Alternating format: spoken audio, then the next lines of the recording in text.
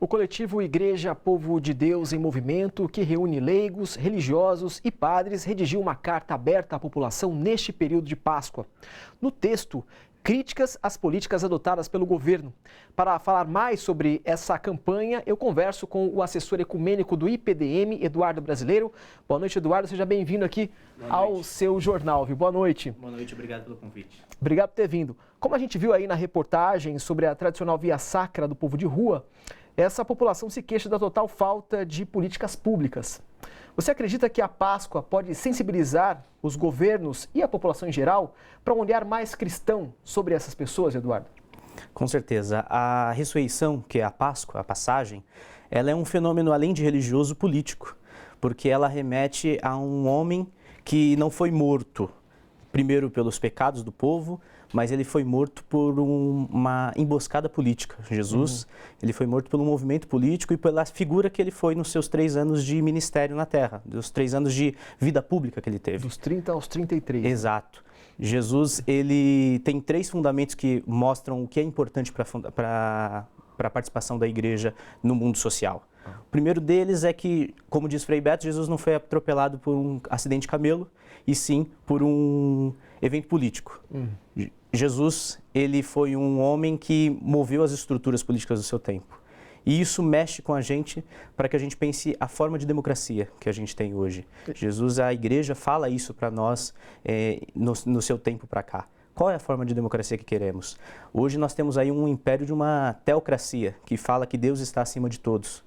E, na verdade, os textos bíblicos, os estudos sobre as igrejas do século passado para cá, vão falando de uma laocracia, ou seja, de um poder do povo. Isso remete para quê a democracia? A democracia, ela tem que ser ocupada pelo povo, e na nossa carta a gente vem falando sobre isso, como nós precisamos alcançar esse tempo pascal.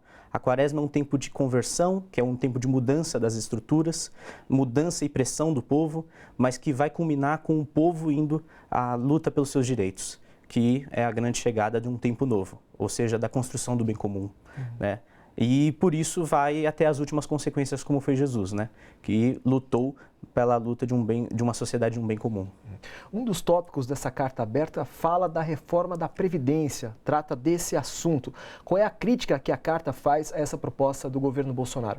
Para nós cristãos é muito sério a reforma da Previdência, porque ela acaba com um vínculo muito importante para o cristão, que é a solidariedade social. Ou seja, com esse princípio de nós sempre agirmos economicamente, enquanto sociedade, pensando no futuro.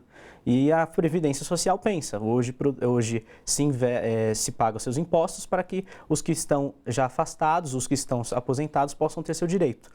Com essa ideia de capitalização, nós caímos no império do quem tem vai guardar e ter no futuro, quem não consegue contribuir não vai ter nada. Isso é grave, porque a solidariedade social ela é um princípio cristão de cuidado, de estar voltado para a causa do próximo. E, inclusive, o BPC, o corte do benefício de prestação continuada, isso vai atingir diretamente os mais pobres.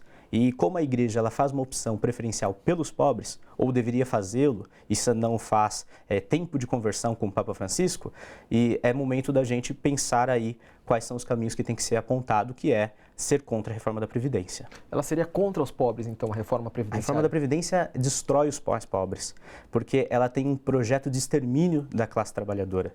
E a igreja não pode estar ao lado do projeto de extermínio, porque como na época de Jesus, também esteve o povo pedindo para que Jesus fosse crucificado ao lado de uma política de extermínio dos mais pobres, como foi o caso de Jesus. Na carta, vocês também falam sobre o corte na assistência social, especialmente aqui na cidade de São Paulo, né, Eduardo? Exato. A assistência social é muito puxada pela igreja nas periferias e está sofrendo cortes muito graves devido à prefeitura falar que não tem investimento na cidade de São Paulo, que não tem dinheiro para investir, mas na verdade é um corte favorável a outras políticas, uma política neoliberal. E a política neoliberal vai totalmente contra essa sociedade comum que a gente busca, onde há o cuidado e o privilégio nas políticas públicas em busca dos mais pobres. Ou seja, o que a gente deveria estar fazendo hoje era estar debatendo um aumento das políticas públicas, ou seja, mais investimento. A campanha da Fraternidade falava aí sobre nós investirmos mais em participação, ou seja, as pessoas participarem dos conselhos. Aí o governo vai e acaba com os conselhos.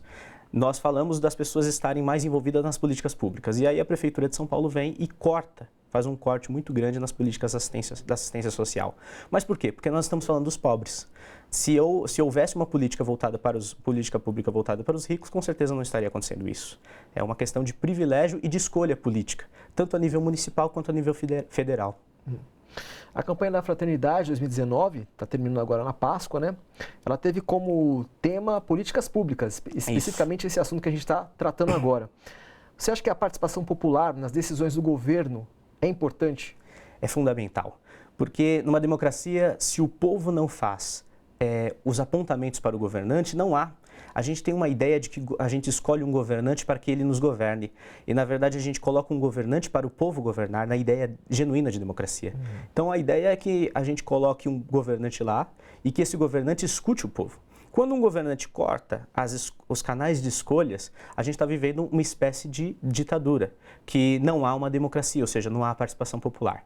Isso é grave e que aponta para nós um cenário de que se o povo não desobedecer às regras, ou seja, se o povo não organizar-se e fazer barulho, não haverá mudança.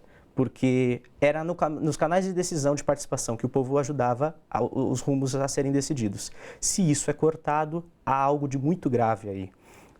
Então, a campanha da Fraternidade ela foi muito feliz nesse tema ao falar de políticas públicas, porque é um cenário de cortes, uma política neoliberal.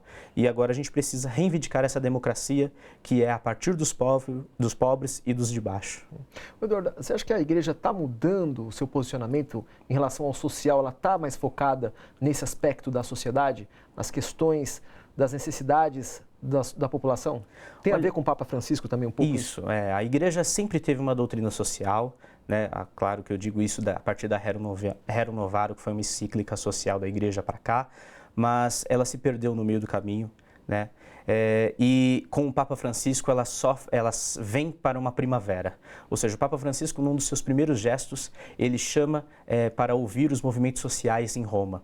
E depois vai para a Bolívia, no Encontro Mundial de Movimentos Populares, no qual ele passa dias lá ouvindo o Movimento Sem Terra, o Movimento dos Trabalhadores, dos Petroleiros, dos sindicatos, dos campesinos. E ao ouvir eles, ele aponta 3 coisas. É preciso que a gente construa uma sociedade a partir dos de baixo. E a igreja é convocada, nas palavras do Papa, a fazer um diálogo difícil, que seria o quê? Fazer essa impulsionamento ao povo, a participação popular. Então, ouvir os movimentos sociais é ouvir os pobres. E o Papa Francisco ele ensina muito bem isso. Ele tem um programa global chamado Escolas de Cidadania, Escolas Ocorrentes, que fala exatamente sobre esse trabalho de a juventude se envolver nas decisões políticas. Inclusive, ele está com um projeto para que os países não tenham a inscrição militar aos 18 anos, o alistamento militar, e sim o alistamento cidadão civil aos 18 anos, ou seja, jovens aos 18 anos sejam chamados, homens e mulheres, para trabalhar para o bem comum da sociedade e não para o bem militar. Eduardo, obrigado pela presença aqui no seu jornal, viu? Obrigado a vocês. Boa Páscoa para você. Para nós. Obrigado. Gente, bora fortalecer a TVT? É só clicar em inscrever-se e depois clicar no sininho. Pronto! Assim que pintar notícia nova, você fica sabendo no ato.